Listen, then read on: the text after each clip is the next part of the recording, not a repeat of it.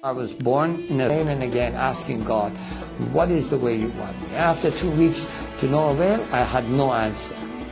And I really got frustrated. I just thought, forget it, what is this? I have no chance of finding out what he wants. I don't even know if God exists.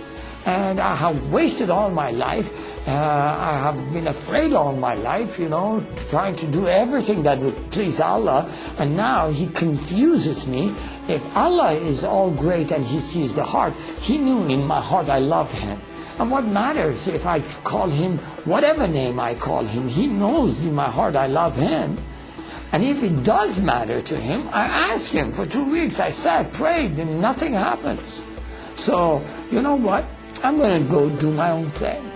I'm going to go walk my own path.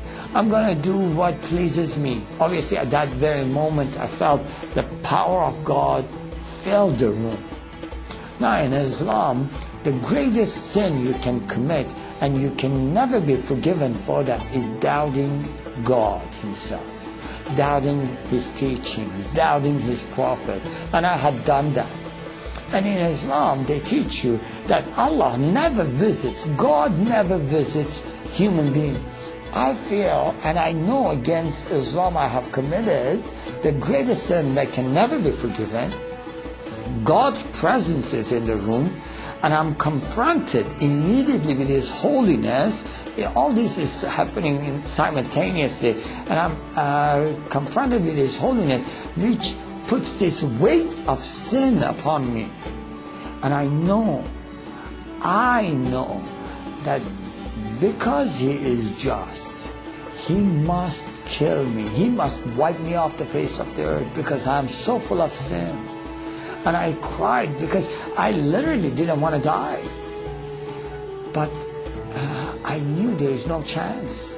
He was so holy and I was so wicked. So I just ran to the corner of the room and I held my head in my arms and I just cried out, God forgive me, God forgive me, God forgive me, God forgive me. And I just said, forgive me, forgive me, forgive me, forgive me.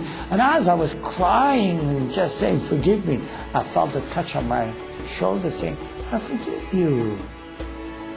And the very instant those words were spoken, I